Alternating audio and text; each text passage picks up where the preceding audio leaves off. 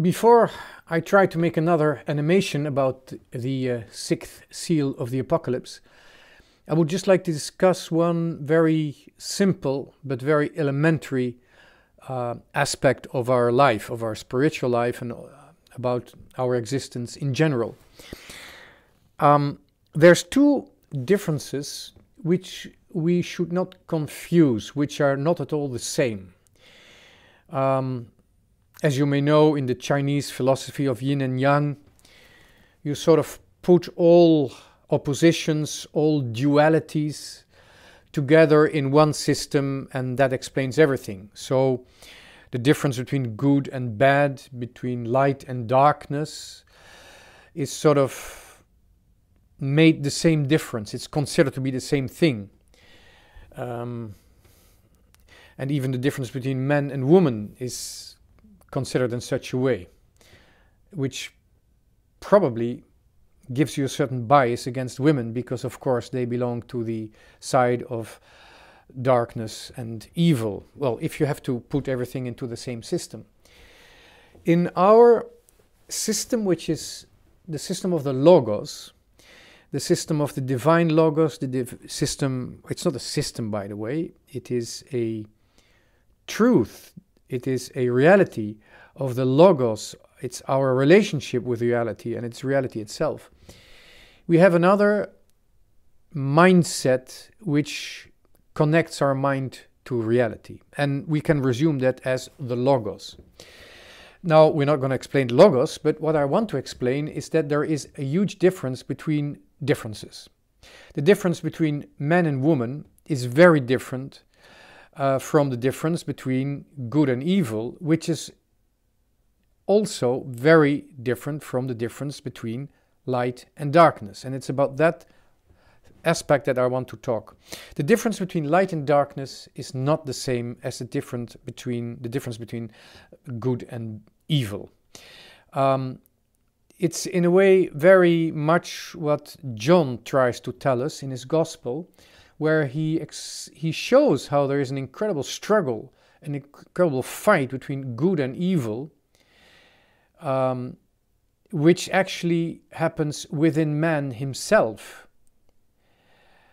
Man can know in one life, he can know good and evil, and that's what makes life so complicated. We all want to do good every now and then, and that's a good thing, and we also want to do bad things. We don't want to do evil every now and then, and that's a bad thing. So the strange aspect of our human life is, because we are complex beings, we have a very complex, we have a very basic complexity, which means we are body and soul. We can know in one life good and evil. In one life, yes, during this time on earth, we can know good and evil. And that's shown in his gospel. John shows us that in his gospel, this incredible struggle, this incredible fight between good and evil. But the difference between light and darkness is not at all the same thing. Light and darkness cannot touch, first of all, because they're light, they're not matter, they're not material. It's light. And the difference is absolutely black and white, is light and darkness. John shows this in the very beginning of his gospel by saying that the light is shining in darkness, and the darkness has no power over it. Now, the word that he uses for saying the light has no power over darkness, the darkness has no power over the light, it's very particular, because it's actually the word saying pulling down, where Jesus is lifted on the cross. Darkness cannot pull the light down. It has no power over it. It's a very particular expression, and we could discuss about that and reflect on that much longer. But what I want to show to you is that light, there is no real struggle between light and darkness. Light always wins. Light cannot but win. It's always there, and darkness cannot reach the light. In the same way that Satan cannot enter into heaven. But both heaven and Satan can enter into the world. and struggle with each other, the struggle between good and evil. Now, we have some light in us, the light of our conscience and the light of our mind. Our conscience, which judges our deeds, and that light cannot be destroyed. And on the other hand, our mind, which actually wants to judge whether something is true or not. It searches truths. It searches what is reality. It searches to know and to understand reality.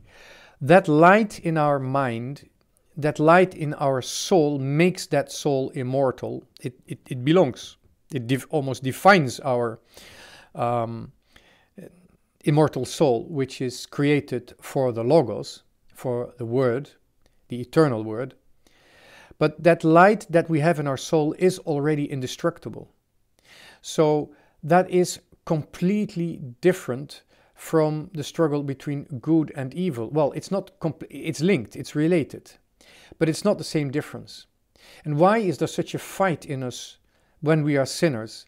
It is because we are trying to know good and evil in one life. We think that works. We want that's sin, to know good and evil in one life.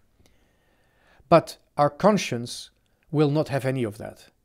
Our conscience judges what is good and evil, and our conscience cannot stand the evil in us because it leads to darkness. So what Christ in fact will do the coming days, we will celebrate what Christ is doing for us. He is the light, and He is also the source of grace. So He gives us the strength through grace to be fair with respect to our conscience, to see that we are sinners.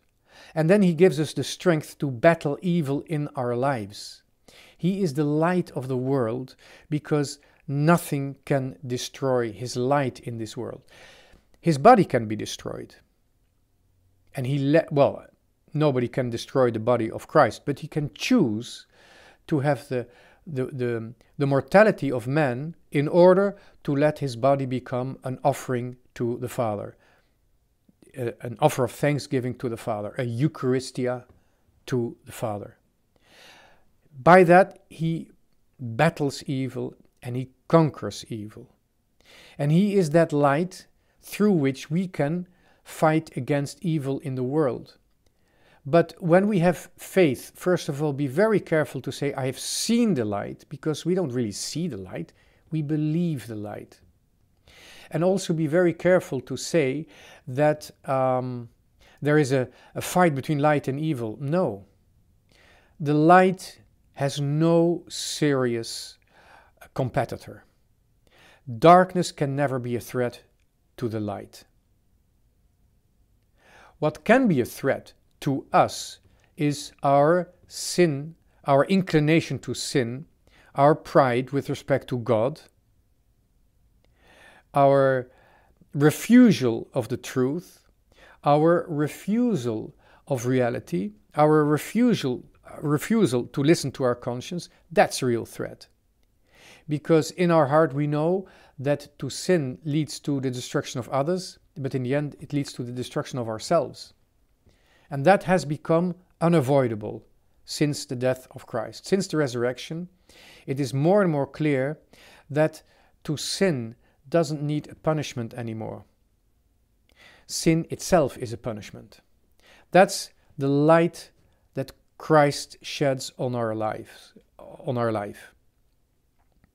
And as we live, we can believe in that light that cannot be extinguished, the light of the world, Christ, in order to, bit by bit, fight against evil.